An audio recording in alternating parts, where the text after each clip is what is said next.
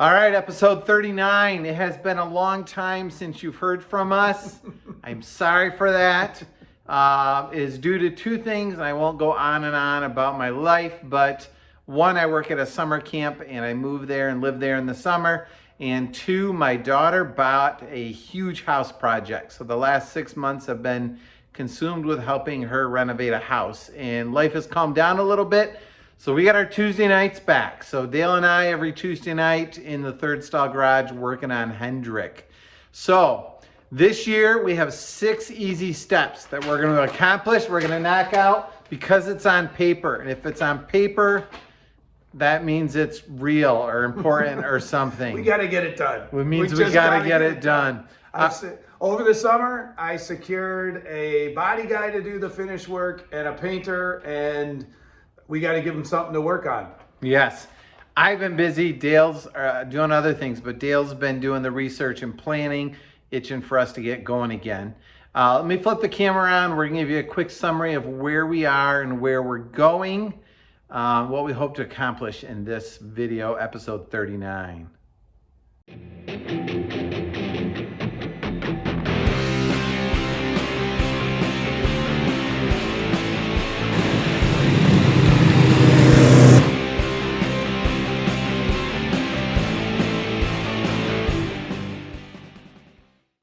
All right, Dale, we got 6 easy steps in the front of the car. What do we need to do? Okay, so our first of the 6 easy steps to getting this finished is to finish the front clip. Where we left off, our heroes at our last episode. Self-proclaimed heroes. We secured this front clip from the Merriman Parts Beetle 64. And we took off the replacement one that was there, and we got it all in a good spot so that we were happy with how the hood mounts were. Oh, that was a good day, wasn't it? It was a good day. I've Look been at that. to some car shows, and we match or exceed what they've got going on at the shows. So I'm feeling pretty good about that. But we just did a couple of tack welds, so we got to finish getting this secured. And then that'll be its own, a bit of a journey there. But then once we have that, we have these bumper mounts. And so we bought bumper mounts. We've got to get them in here. And of course, there's a million degrees of freedom here to mess up. So that'll be an exciting part. Oh, we will find new ways to mess up. And then with that, once that's all set, we get the apron on. And then there's a trim, a molding or seal. The front bonnet seal channel needs to be put on here. So there's some work all in getting this secure. And frankly, I expect it to take us some time. Yes. Especially since it took us like a month or 2 months to get the rear taken care of. But this is a significant thing, and it's number 1 of 6 easy steps. Yes. So if you haven't followed along with the other episodes, first of all, I encourage you to do so. This is sorry, it's a little hard to see and it's dark in this corner of the shop. This end of the car, we put tons of effort into getting the rear apron to match the fenders. We completely had to rework these bumper mounts for the bumper brackets.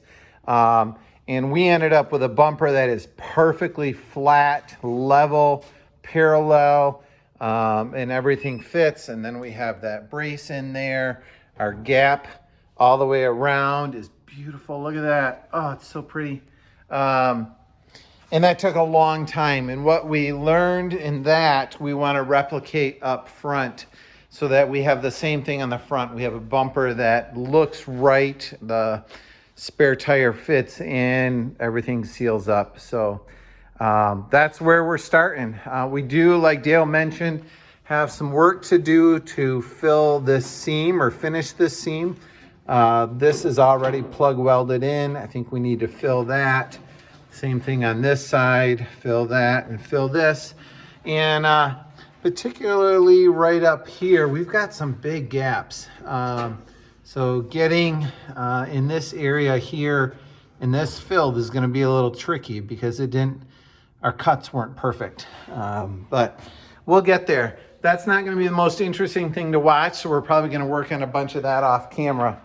And then we will, once we get to the bumper mounting and braces and brackets and front apron, then we will we'll show a little more of that, because you might be doing that in Project Along as well. Got any hot glue? Duct tape works, hot glue, Velcro, command strips. So many options. So many options. Zip strips. We haven't used that yet. You know, I do know somebody that's used hot glue, but we won't mention him.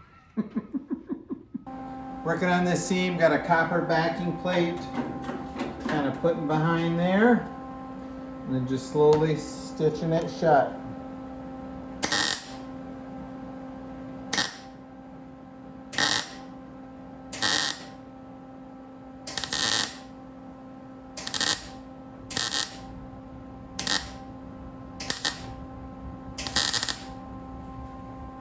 So here's a little progress update for you. We have about 3 hours every Tuesday night. So filled some pinholes that were through here, but we have this joint welded all the way down. And one of the challenging parts was it curves around on the inside. You can see down here. So trying to get that to match up as best we can.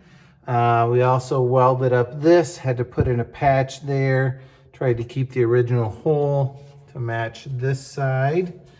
Welded this up top and bottom, and now we've started down here. So we're out of time for today. Next week, we'll continue up this side. Dale cut a little tiny thin patch that we're gonna try to fill that in there. And then we'll be ready to move on to the front apron and the bumper brackets and bumper mounts. There you go. We always forget what to call them. All right, we'll see you in a moment, which will be next week for us. Hello friends, it's another Tuesday night and back working on Hendrick. You can see there's no Dale in the shop. I think he is stuck in traffic or he forgot where I live. So hopefully Dale will be here soon. Time to get going. Tonight we're going to work on finishing this gap or this seam here. It's welded down here, and then working on filling this gap which got too large, and then Dale will do the grinding and we'll clean that up and make it look good as new. That's step one for tonight.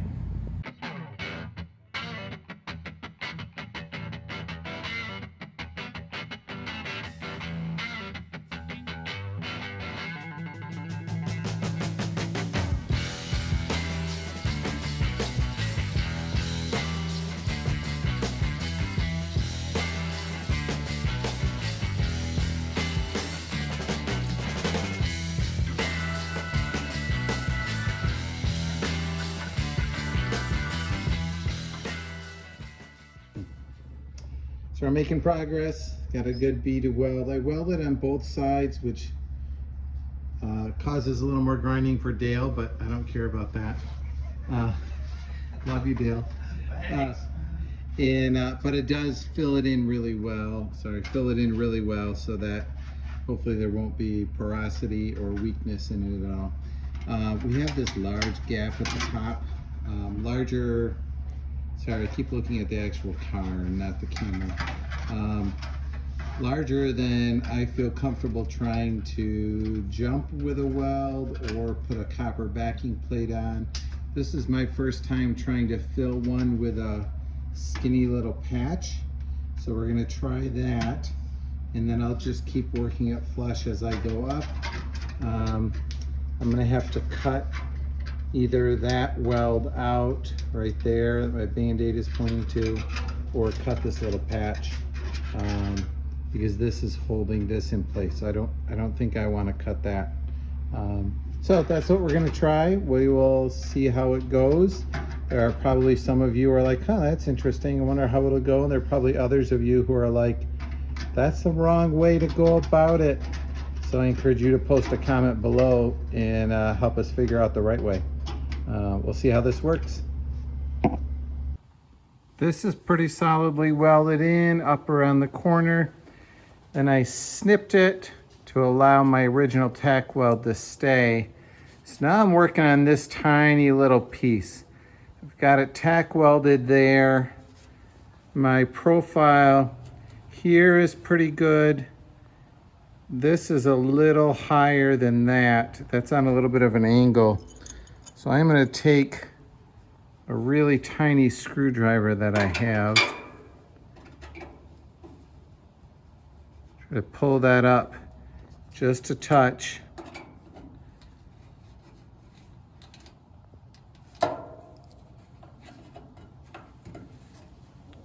And then tack weld that in place, and I should be able to fill the rest in. We'll show you how it comes out. Hey Dale, what you working on? I'm grinding your welds. That's pretty much my job. I highly recommend everybody get a Dale. Get a Dale. What are we doing today? Grinding welds. Same thing we do every day. It's looking prettier. Yeah. Thanks for making my bad welds look good. Well, you know, you give me something to work with. That's true. So while Dale's doing that, I'm starting to plug some holes in the ship. Was this the radio antenna? Yeah. Yep. So there were 2 holes there. Dale cut real small patches.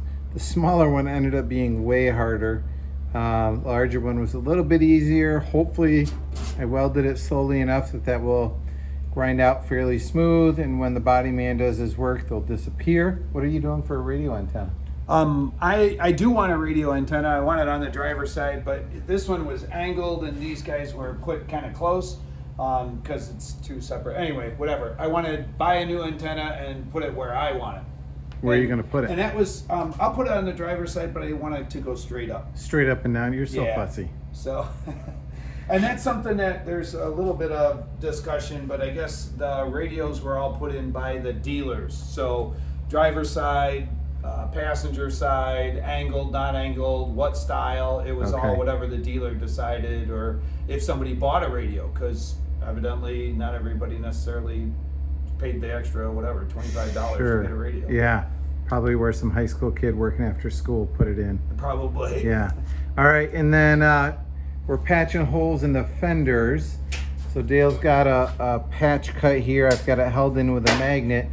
Dale, tell me, why are we patching holes in the fender? Oh, all right. So I don't think I don't think the channel has a lot of diehard Volkswagen fans, although a few that might care about this. We are taking an original '66 fender that's got some issues that we'll have to figure out, but plugging the hole for where the 64 through 67, I think, turn signal would have gone. That's Okay. like the official spot. And I want it to look a little more like a early 60s Beetle. They call them the Peanut turn signals. And I have from the Samba, like where measurement wise those are supposed to be. You can just slap it here, but it's pretty obvious if you know what you're looking for that it's the wrong turn signal in the wrong spot. So we're gonna put new holes into this and put in the Peanut early 60s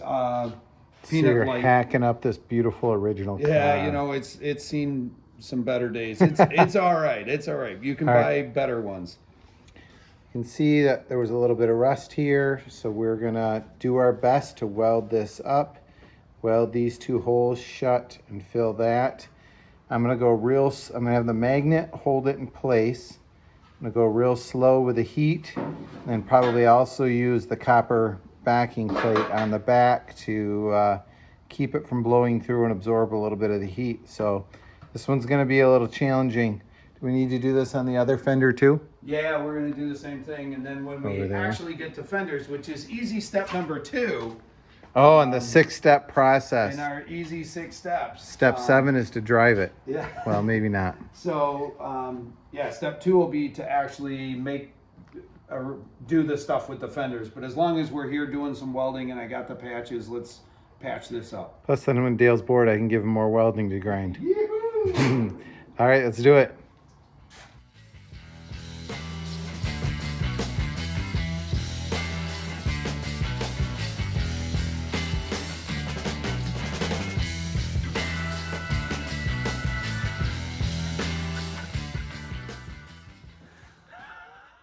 Hi, Dale. Where'd you come from? All right, friends, we are wrapping up another third stall Tuesday night for us. Dale did a bunch of grinding of my welds, and I had to re-weld very few of them. So thanks for not grinding through all of them. You know, I try. You do your best.